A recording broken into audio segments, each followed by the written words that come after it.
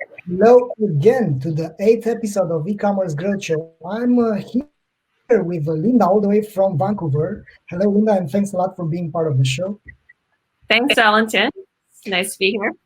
Let me give a proper introduction in a few words about you. So, Linda is an e-commerce consultant and blogger, formerly of the Get Elastic Ecommerce blog and Ecommerce Illustrated, and has worked with some of the world's most exciting brands on digital experience and conversion optimization.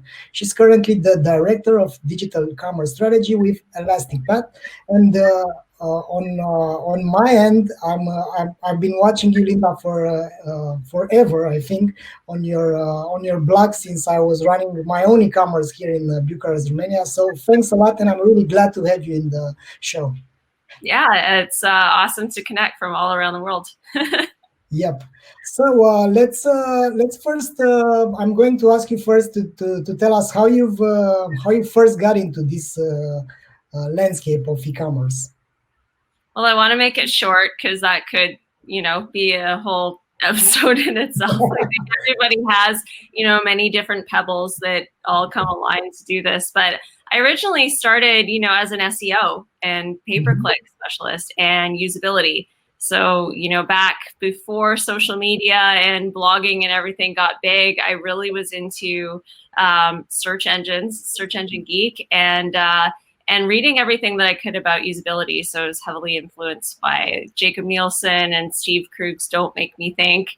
And, combining that with the internet marketing side of things, I just kind of, fell in love with this industry. So I was working for a web design company for a while. And then we had one client that was an e-commerce focus. So all of our other clients were, businesses doing their, just getting a website up, because again, that was the time when everybody was just getting their websites up for the first time. So this e-commerce site was, we were building it from scratch in Drupal. And so I had to work with this client on, figuring out things that I think we take for granted now. Like you can just stand up an e-commerce platform and all of the templates and all of the pieces are already pre-baked. But back then, we were looking at how do you present a product in the product grid, right? And what should a product page look like? And where should these things go? And how should search and categorization look? So working through all of those use cases, I really felt like e-commerce is where I want to be. So at the same time, I was blogging on the side. So that was my day job. I had a little hobby blog talking about social media, because that was, 2006, 2007. It was brands had their own social media presences. So I was like blogging about combining the two. And then, series of events unfolded and I ended up at Elastic Path writing their blog on all of those topics. So that was when I really, fell in love with what I do, because I can kind of combine it all together. Yeah. So, Linda, our topic for today is how can e-commerce companies close experience gaps in the new normal. So I'll start with jumping into this topic. How do you see the current landscape, or how is your impression from that part of the world regarding how COVID has affected the e-commerce? Well, I've been looking at this for a few months now, since it broke out. And now I feel like every day is different. And no matter where you are, it's different, because different regions of the world, you are in a very different place than I'm at. And even within Canada and North America, I'm in a very, sheltered pocket. We've had it really, really easy compared to other places. So I think from an e-commerce point of view, if you're a global business with a global customer, it's hard to know what is going through your customer's mind and what they're actually dealing with. And I think it depends also if you're a pure play online, or if you also do have physical stores, and where are they located and what are the rules, because the rules are different everywhere from city to city, from municipality to municipality. And also depends on what you sell. So, here in Vancouver, we've got some malls opening up, but then there are some that have chosen to stay closed because they have, more hands-on product, like the tea store here, doesn't want to have their employees going back, whereas something that could be sanitary and is a low risk product, those stores can open up. So very, very different depending where you are and where your customer is, and that makes it challenging. Yeah. In the previous months, there were all these statistics. One of the most impacting from my end was the one regarding the acceleration of the e-commerce penetration in the US. So from 16% to 27%. So they are stating that now the current numbers are the ones from 2025, according to the economic forecast. So that means the industry itself suddenly changed the habits of consumers. Do you think these habits are going to stick for the consumers which are migrating towards online? I don't think we're done yet with seeing the shifts. So I think there was a big bang that happened, and there was a big, panicky shift. Obviously, if stores are closed, where else do you go if you need something? You need to go online. But I don't think we're done with the way things are going to shake out and settle out, because a lot of e-commerce businesses and brick and mortar businesses are going to have to make some tough decisions coming up. Whether they can stay open, there's also a supply chain issue. So I think that e-commerce is still strong, but I don't think I'm as bullish as maybe that prediction is. Mm-hmm. Okay, so mainly the ones which are buying right now, so the consumers which are buying right now are simply buying it because of lack of alternatives. And your take on this is this is going to diminish. I mean, those habits are not going to be here forever once this let's say, I don't know, it has so many names, crisis is going to end. Yeah, on a macro level, right? I mean, if we look at everything in aggregate, I think e-commerce was always kind of upticking, and kind of hidden in that is that 90% of shopping was still happening offline. So yes, we had for a temporary spike in e-commerce, but on an individual level, for your individual business, the individual site that you might be managing, I think that's what's most important, more than what's happening to the global trends as a whole, is making the right decisions on keeping your e-commerce growing, and being mindful and aware of the different factors, all the different variables that go into it. So this was one of them, right? Something like a pandemic, something like a global crisis. And I think this was the first time we've seen, because weather events always happen, right? Extreme weather happens can absolutely change your consumers' behavior. Like even I used to work, retail in the mall, and it was really funny consumer behavior, because, in summertime, we'd have all of our summer shoes. I sold shoes. We'd have all of our summer styles, marked down and everything like that. And we would have a quick turn in weather, like the end of August or something. It would get cold for a couple days. And everyone would come in and buy the full price boots. And it was great for me because I was on commission. I loved it. But then, as soon as the sun broke out again for another couple days, and rationally, that the cold weather is coming, we get a bunch of returns. So I think, just understanding the impact of like anything, like a social issue. We've seen some social issues come up that impacts a lot of things. And right now, e-commerce sites are not just businesses. It's like e-commerce businesses are also people, they're entities, right? You have to have a social media presence. You have to have a communication strategy. It's almost like you're very humanized. And it wasn't like that in the past. So understanding your customer and understanding how to make your e-commerce site more human in times of crisis and more human in times of unexpected variables. It could be anything next. It could be natural disasters. It could be some other force. So yeah. I think COVID was a wake-up call for us to just be prepared. Yeah. In terms of the customer experience itself, so we are big fans here at OmniConvert around customer experience and customer lifetime value, seeing the whole life cycle journey. What are your takes for e-commerce companies and e-commerce managers willing to actually keep those customers coming back after this pandemic is going to end? what kind of customer experience they should offer, and what are the tweaks that they should be making during this time so that they can install the buying habits to their audience? Yeah, I think we obviously you're in the conversion industry, right? In the conversion space, and we all care about that a lot. I think sometimes the most important thing gets forgotten, which is actual merchandise, right? So if you're dealing with stockouts, maybe you're in an industry where, lucky you, it was a panic buying thing and you sold out, so you did really well for a short amount of time, but now you're dealing with the supply chain issue. Or, maybe it's stuff like in fashion, right? We're talking about maybe pushing next spring 2020 to spring 2021 and dealing about where do you find that sweet spot between the right merchandise for what people want versus what you can move and turn over? Because we're also seeing shifts in, when the economy suffers, maybe people are still buying, but they'll trade down. So I'm not buying the fine jewelry, I'm buying the costume jewelry. I'm not buying the big TV, but I'm buying a smaller device for, my kids for Christmas, that kind of thing.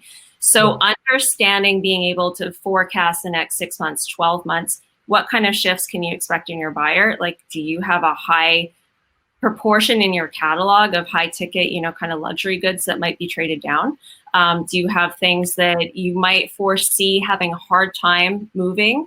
I mean, turning over your merchandise, and you need to start, doing your discounting right now, or doing creative bundling or some other way to keep product moving.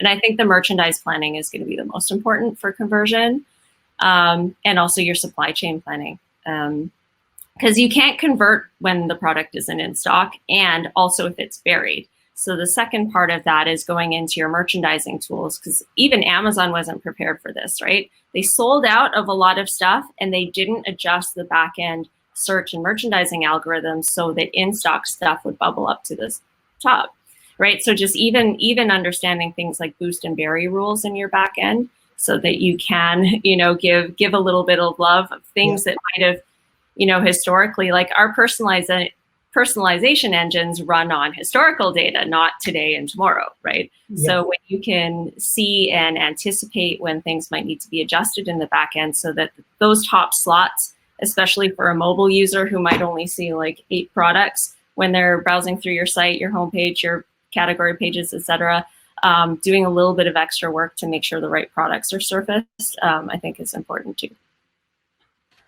Yeah, you're perfectly right, and I think the merchandising and the product assortment right now is very important. But of course, there are also shops which are simply not in the landscape right now. I mean, they are not on the radar of the consumers in some parts of the world. And the next question for you, Linda, is regarding the prevention. So how do you think the prevention should work right now for e-commerce companies? Because there are companies which are really out there attacking and broadcasting to the market, and there are also companies which are kind of reluctant in terms of the stocks and for the forecast. Because what's happening right now everywhere, nobody can precisely say, okay, the demand for these items is going to be, I don't know, 2 times higher in autumn. Yeah. You have to strike a balance between overbuying and underbuying, and that's tough. So there's other ways to mitigate that, right? So you might have a core catalog of products that, you put in your supply orders and all of that kind of stuff, and you actually supplement the rest with some drop shipping. So you don't have the risk of holding that inventory, but you're able to offer it, and you're able to test whether people want it at a very, very low risk. So that's a business model and something that folks can explore. You also might want to think about what kind of mix of product that you have in your store and not. So the ability to use your stores as fulfillment centers helps. right? Because if you're not moving it in the store, then you can still move it online and ship it from your, dark stores, etc. And now I think it's a lot easier to get those kind of things integrated than maybe it was in the past. Because with a lot of the more modern e-commerce platforms, there's inventory modules that you can add or things that you can get stood up pretty quickly. I'm very pleased to see like the e-commerce community and a lot of the technology providers coming in and building curbside pickup applications that anyone can use with any e-commerce platform. So you don't have to now go, oh crap, this is going to take 6 months for us and we have to go hire new developers and we've got to make a lot of mistakes just trying to get a curbside pickup put together. Somebody else in the community has built that. It can scale from their end and very low cost for merchants to adopt. Yeah. Linda, in terms of, outstanding examples of e-commerce companies that you've seen mitigating this environment, do you have some examples that you might want to share with us? Well, like I said, there are some great technology companies that are putting together the curbside pickup and doing that really quickly. As for individual companies, I haven't been, keeping tabs on them. What I have been really impressed with is like Party City was an example. So Party City in North America is like it's a party store, right? Yeah. You imagine they compete with Amazon and all that kind of stuff. So as soon as social distancing comes in, that you would assume that would kill their business, but they were very responsive with their merchandising and with the content on their site. So they had recut and redone the homepage with brand new merchandising, brand new categories. They built thematic categories like having a party or a dress-up party at home with your kids. So instead of, the Halloween costumes taking off in September, or August or September for Halloween, they were, encouraging people to buy costumes to have at-home dress-up parties, and they started putting kits together for crafternoons, that parents can keep their kids entertained. So they understood the opportunity with their catalog, given the stuff that was going on, and they were able to very, very quickly update their site. And that, I think, is, I was really, really impressed with how quickly the creative side and the merchandising side came together. Yeah, that makes sense. From the point of view of, let's say, we are these habitual beings, right? So we are what we repeatedly do. What are some bad habits that you've seen at e-commerce managers or e-commerce owners that you think should be unscrewed completely? Well, I think, I'll start with the habits of the customer, right? So the habits of the customer for the last few years are that we're really spoiled and we want sub 3-second page loads and we want things shipped overnight and 2-day shipping. And what I've seen from the consumer is that there has been more of a tolerance for things like not being able to get a hold of somebody on the phone, right? We understand that call centers are shut down and it's harder to get a hold of a merchant. We're more tolerant of shipping delays. I have an online business myself. I sell through a marketplace and I sell internationally, obviously. And so I had to reach out personally to European customers and say, hey, I don't know if you're even going to get it, and I had to do a little bit more communication. So I'd say, for online merchants and stuff, over communicate, because things like where is my order, Wismo, right? Those kind of inquiries, that's when a customer really gets nervous, is once they've given you money,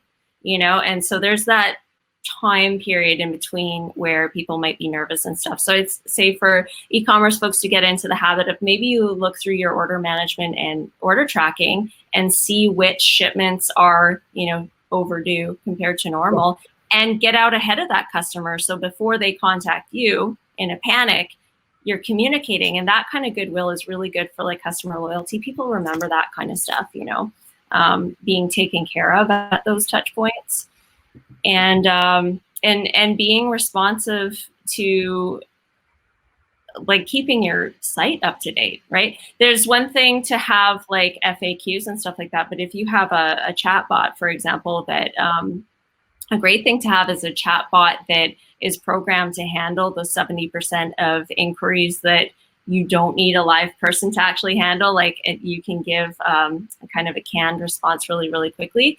But that's a touch point that can be easily forgotten when you say, okay, we're putting up our new shipping policy, or we're putting up a notice on here, but then you forget to put it into your chatbot. Then there's a disconnect. So it's little things like that. Just thinking about what the customer might freak out about, and then just be over communicative about that stuff. Yeah. Linda, in terms of the life cycle management of the customers, we've made our own research, and we've realized at some point that the UX of fine tunings and A/B testing is not moving the needle anymore. So we've realized that unless you know your customer, unless you understand the relation that he has with you and his feelings and emotions that are driving his behavior, you are just let's say painting the same website with different colors. This is not going to move the needle. And we've understood that maybe it's the time for us to level up. So we've changed completely our mindset, and we've pivoted towards being from being a CRO company that's empowering e-commerce with technology to being a data-first company that's empowering the e-commerce with the retail analytics solutions and with the customer segmentation that allows them to change the website according to who the customer was and is with them, so that they can nurture relationships, because we are in this customer-driven era, not in the product-driven era. And we've seen that when the demand has vanished, who needed your products anymore, right? So it's all a matter of adapting to where the demand is, to what the customers want, to which are their emotions. And the question for you is, how do you think this space will evolve? Because we've understood that CRO is just a part of the customer journey, and that maybe it's the time for a new discipline called customer value optimization to step in, so that someone which is trying to move the needle of an e-commerce and to get it to the next level should understand the whole life cycle of the customers, not acquiring customers is the key, but acquiring, maintaining, and making them, let's say, become promoters of your store is the key. And my question for you is: do you think this trend is starting out? What's your take on customer value optimization? Well, I think, first of all, I agree with you that A/B testing is getting harder and harder, and the conversation has been moving elsewhere. I do think that what hasn't changed is that you want to test and optimize through, knowledge and experimentation. The challenge when you start doing it at a segment level, right? Because knowing your customer, you're going to have different customer attributes, buckets. They're not all the same. And that's where A/B testing gets more difficult, because then you don't have as large of a sample set and have as large of, reliable data. So I think the balance to strike between that is, what can you take from your aggregate data and make good enough targeting decisions from it? And so I would actually be interested to hear from you, like what are some of the things that you learned about the segmentation, and how are you using the data? Because I think it's fantastic.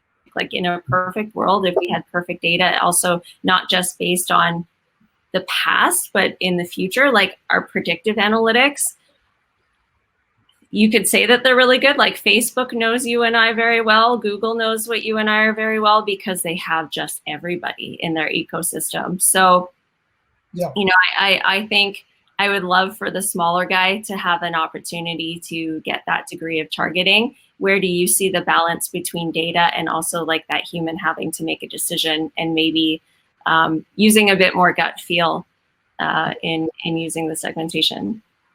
Yeah, I'm a big fan of RFM as a segmentation method by recency, frequency, and monetary value. So that we've identified a lot of patterns in looking different industries and different e-commerce players, big or small, the Pareto principle is there. I mean, there are Yeah. a small group of customers which are delivering large amounts of margin and revenue for each store. So I think the key here is, instead of reinventing the wheel of let's say building an algorithm based on your existing customers, the best method that I've seen is to simply identify your ideal customers by using RFM, and then instead of advertising to all the customers, you could use the algorithms from Google Ads and Facebook Ads and even other platforms like Pinterest or TikTok to do remarketing only for the smaller group of customers, which are your ideal customers that have the highest lifetime value. And this is a very easy thing to do. I mean, it's not rocket science. So instead of you can actually leverage the lookalike algorithms from these advertising platforms, and that's a, let's say, growth hack that we've identified through our experience. And another way to leverage this RFM segmentation is to simply ask the customers that made it despite all the barriers that the e-commerce owners have placed in front of them. So why they've chosen them? Because I'm a big fan of getting the customer's voice and asking. Simply, you can ask your best customers why they've chosen you and what almost made them not come back again. Because the beauty of these buying habits is that there's a magic number. So after 3 orders, the chances for a customer to place another order are more than double than first time. So that means it's the habit, right? So once you go to the gym over and over again, there are higher chances to go to the gym after you've been there, I don't know, 5 or 10 times than after you've been there only once and you've said, oh, it's so hard. So mainly these are some understandings that I've got by playing with the data. And believe me, it's I'm a data geek, and I'm every time we have around, I don't know, 3, 4, 5 stores per day using this product, new customers, and I'm always looking at these patterns, like chances to place another order, what is the relation between the customer retention and NPS, because these are correlated, right? Unfortunately, not all the e-commerce stores are even monitoring the customer experience post-purchase, because, and if they don't do this, how can you change the the lifetime value if you are not monitoring the customer experience? You are just bombarding customers with ads and you hope for the best, and that's not a strategy. Spray and pray, I like to call that. Exactly, yeah. So that's my, let's say, these are some insights that I've got with this method. So then I have another question for you. How we doing? Flip the tables here. But you know, with traditional A/B testing, right, we've always had to be really careful about extraneous variables coming in. So, for example, you don't want to start a test during a holiday spike. You know, something comes in that quickly shifts customer behavior midway through a test. Have you seen that happen with some of this customer lifetime value stuff? Would you also agree that the big variables like this can also really impact your forecasting models? Or, you know, how do you be responsive to these kind of things when you're using data to drive decisions? Yeah, I think it's all a matter of the sample that you are using. So if you have a large enough sample and enough time that has been passing since the first moment that we started to collect data, I think you're on the safe side. But if you don't have enough data, and that's actually I'm always sustaining the underdogs, right? So I'm always up for helping the smaller companies, the mid-sized companies. I'm always looking at in my mind, the best model is a competitive model when there are a lot of mid-sized players and small players which are actually sustaining the economy by not having monopoly and by actually delivering enough value to the consumer. Because when you have choices, the consumer always wins. But when there's only one choice, and that is Amazon, nobody wins eventually. And but unfortunately, the little guys, the little stores, the mom and pop shops, they don't have access to all this kind of data, and it's it's kind of a gamble for them to use this methodology. But there's always the common sense. So if your onboarding is the standard one, instead of let's say onboarding, what do I say? I'm always looking at this pattern. What's happening after the first order? What is the drop, right? In terms of, you have, let's say, 10,000 customers, and then only 2,000 of them have placed the second order and the third and so on. So that means you've lost 80% of the customers instantly. And if you simply tweak the onboarding itself, so instead of bombarding them with discounts and ads to buy again, if you, I don't know, write a handwritten letter and put it in the first order, and let's say using your story and telling your story about how you've how grateful you are for them placing the first order on them, and if you use this let's say habit forming technique, like which is called the unfinished loop, right? What Netflix is doing with us. So it's every time when an episode is ending, you are there for the next one, and that's why we're staying up so late on Netflix, because this unfinished loop technique. But if you are tweaking only this thing, and you can do this even if you are a mom and pop shop, right? So you simply place there what's your vision about the world, how grateful you are for the customer placing the first order. These are easy to do things, and I think it's useful for the companies, even though they don't have access to all these data patterns and so on, and anomalies in their data. Yeah. It's interesting because, even some of the smallest sites, like I have a friend of mine who, she has her own, tea brand, natural tea brand. It's a small scale, but, she doesn't really want to be the face of the brand. And like, just going back to this idea of, brands are becoming very humanized, and retailers are becoming humanized. The customer has an expectation of having a relationship with you. So I bought your product, but I follow you on Insta. I'm engaging with you here. Where have you been? So if you go dark, like maybe you're dealing with a family situation with COVID or with something else that's going on. If you're small mom and pop shop, who knows what's happening? But not to forget that you have customers that also have expectations for you, not just in fulfilling their order, but also keeping them updated, letting them into your life, and she's like, you have to have boundaries about how personal you want to be on there. But, it's interesting that, the customer expectation goes beyond just getting through the cart, just experiencing the product. It's macro now. Yeah, you're totally right. But still, despite the owner that should have a private life and it's his choice of setting these boundaries, let's not forget that we are in this economy where the brand should have a voice. Because if your brand doesn't have a voice and you're just fulfilling needs by I don't know, moving boxes from A to B, then there's no relation over there, no emotion. And if there's no emotion, there's no habit, right? So what's changing our behavior are the emotions, not the informations and the data. So not the standard responses where thank you for your order number 2042, goodbye.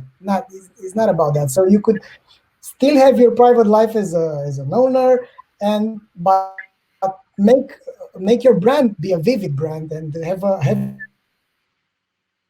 voice, have a distinct. It's all a matter of not being the best, but being different.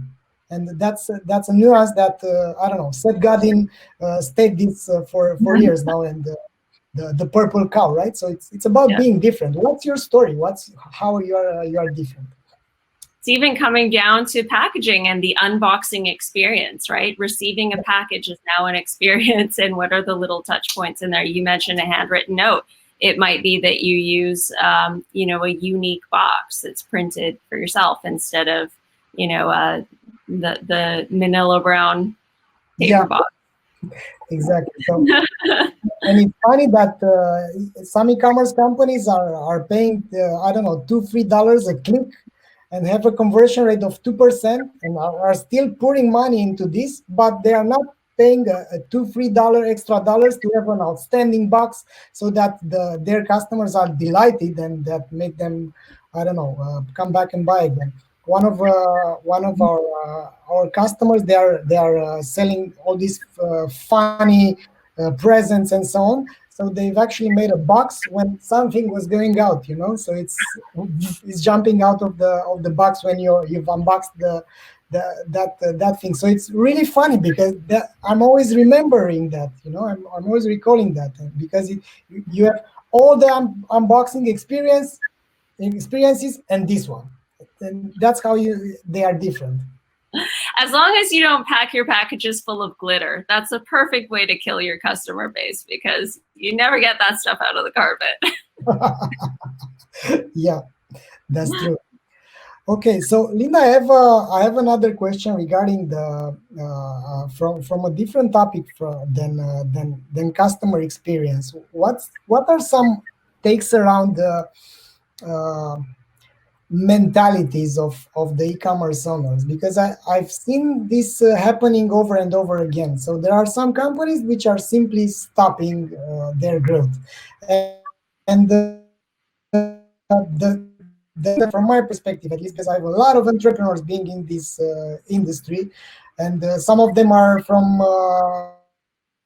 far away, right? So I have people from all over the world, and I think it's the mindset which is making the company or breaking the company. And my question is, what are some let's say advices that you would give to e-commerce owners which are stuck, which simply are becoming trapped in their own company? So it's not like they are doing outstanding. There's no unicorn there. On the other hand, they are not able to acquire more talent, because there's that moment when you can afford to acquire talented people that are making a better job than you do as an owner.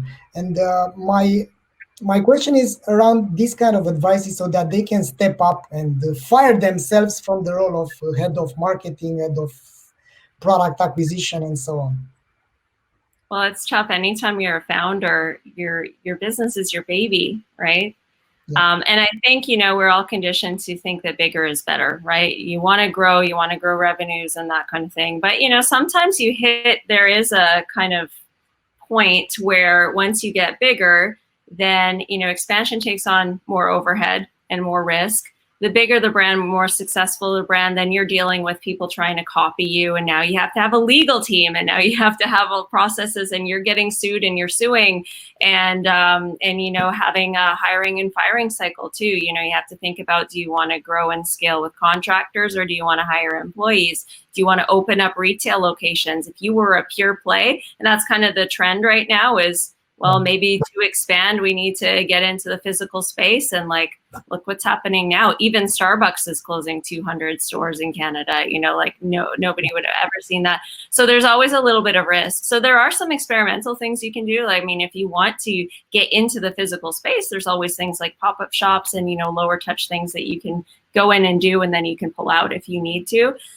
The other thing is taking outside investment, right? Do you want to have a big part of something small, a big piece of something small, or a small piece of something big? And that's, once you open up that gate and take investment, and you lose control and you lose influence, and now you have obligations, that can also kill a brand too, or it can make it wildly successful.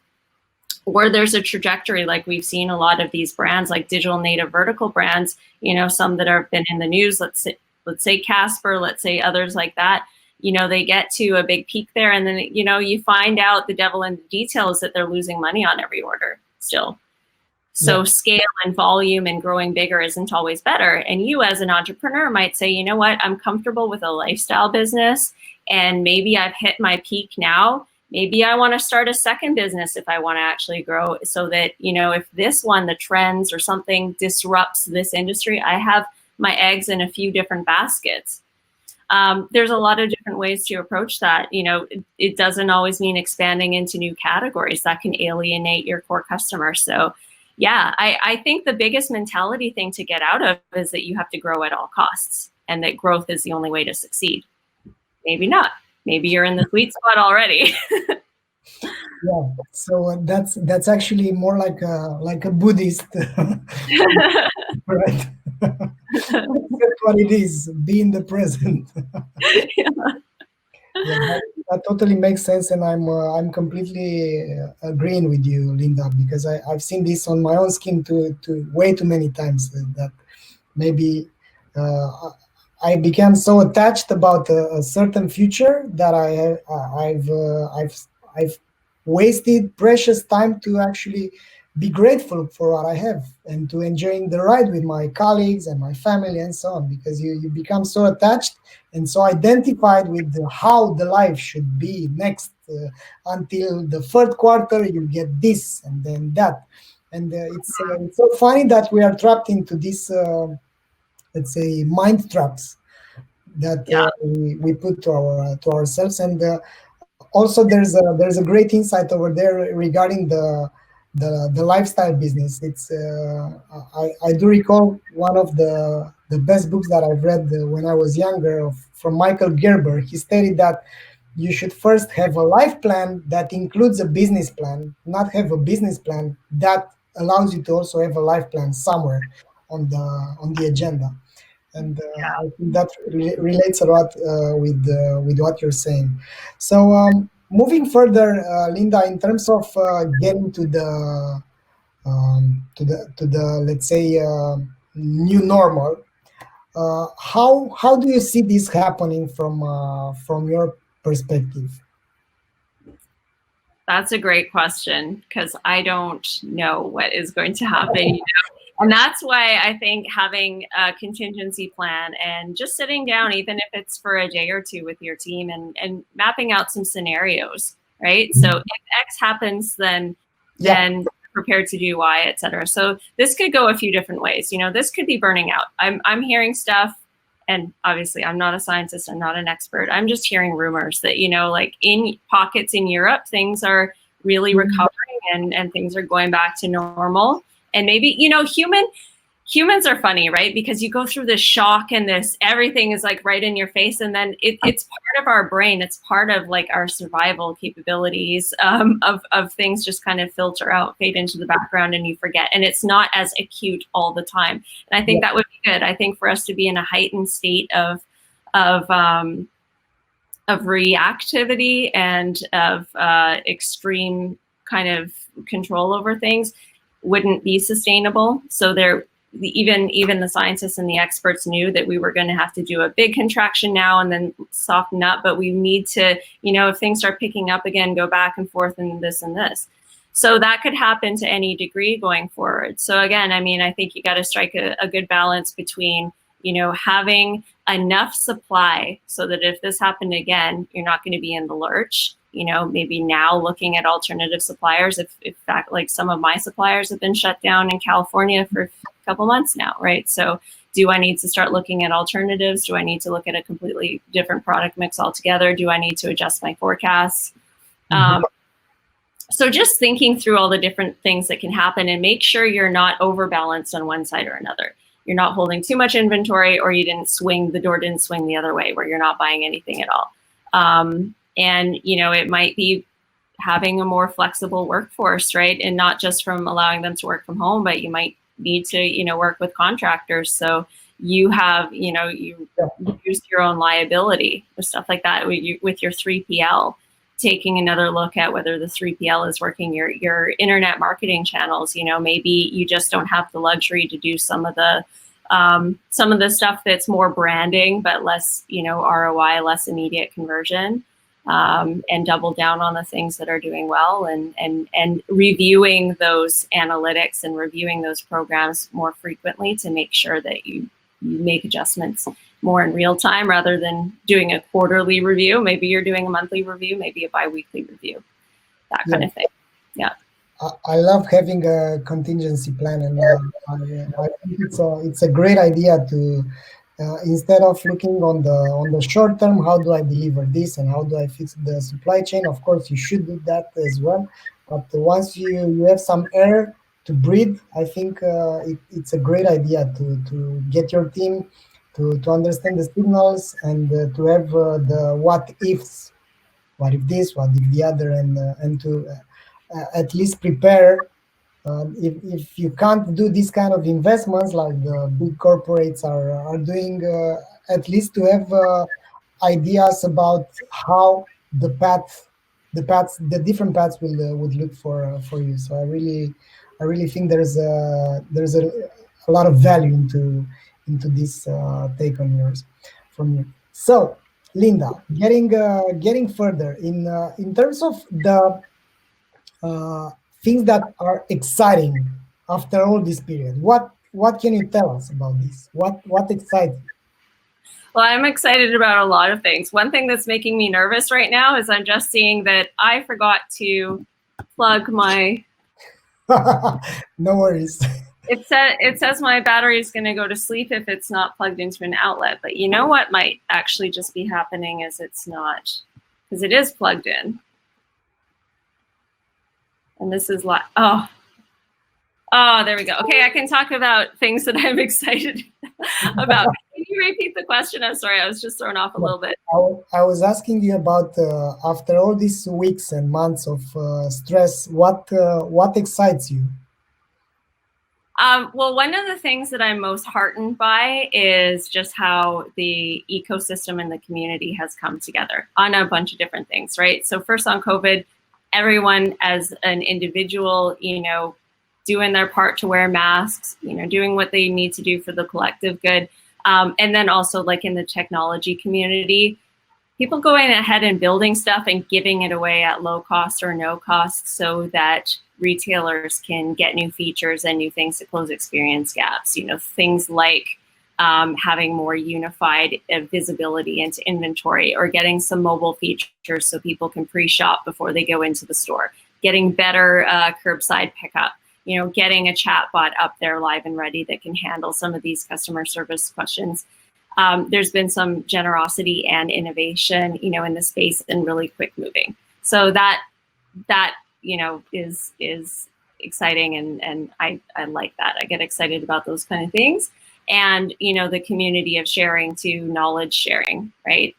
Social media, people sharing what they're doing, like you yourself sharing about, some of the ways that people can adapt here.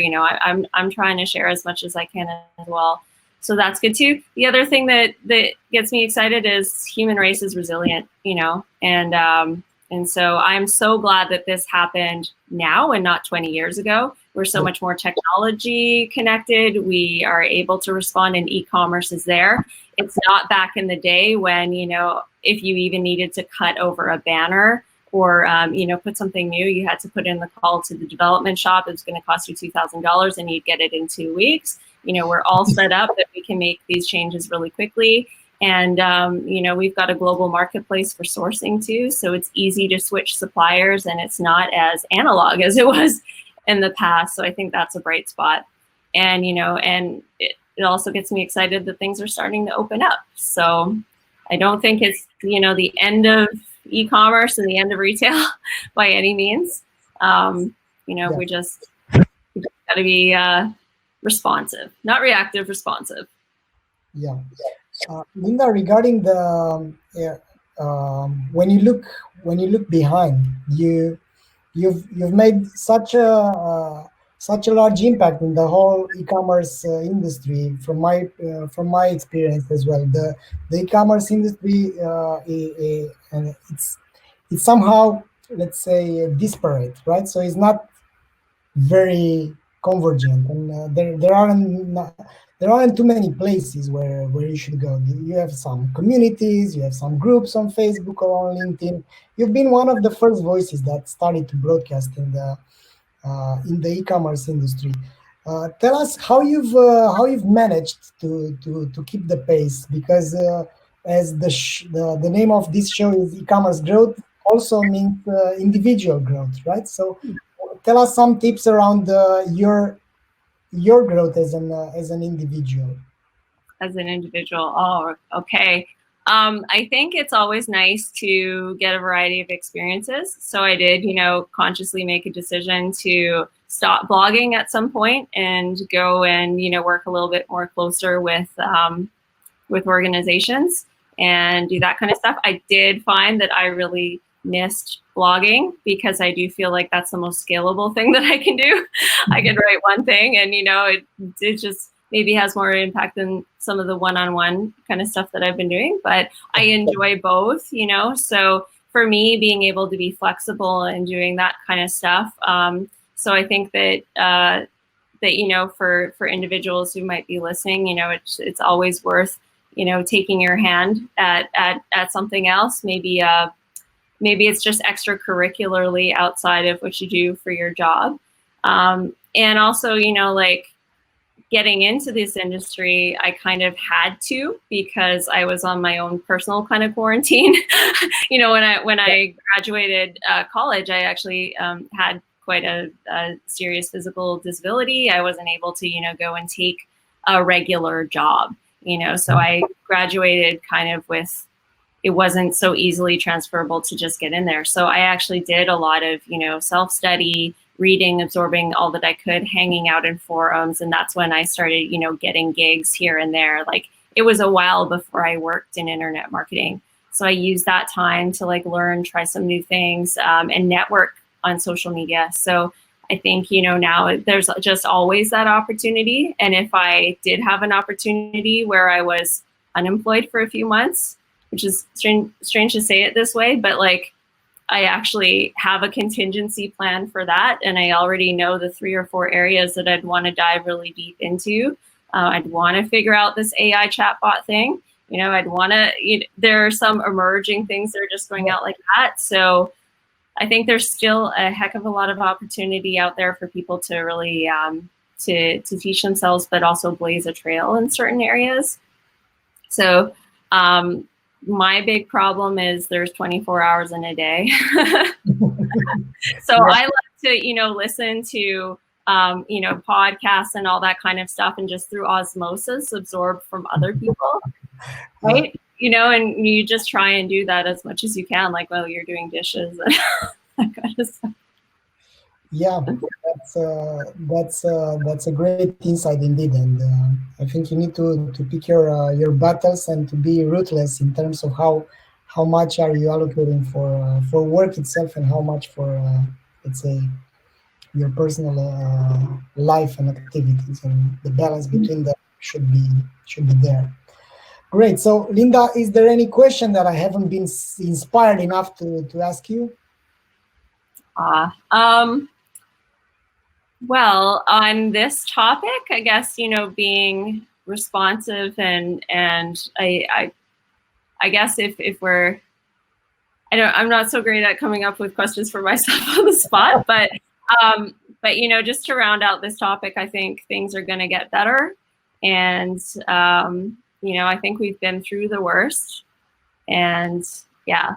And so now, as things open up and as we get better, just taking everything one day at a time, like you said, living in the moment, and being grateful for what we have, and just making inspired next steps. Yeah. So where can people reach out to you if they want to follow you, or if they want to ask you some questions?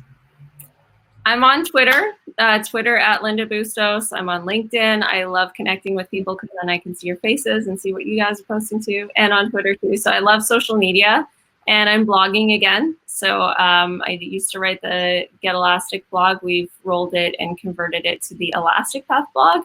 And so you can find some of my latest stuff there too. But please say hi. I really love connecting with people. Perfect. So let me write here your. Let me put here the link to your blog. Yeah, there's this green button over here if you want to check out Linda's blog. So that was from our end. Thanks a lot, Linda, for being part of e-commerce Growth Show, and all the best from Bucharest. And for you out there, we'll see each other next week.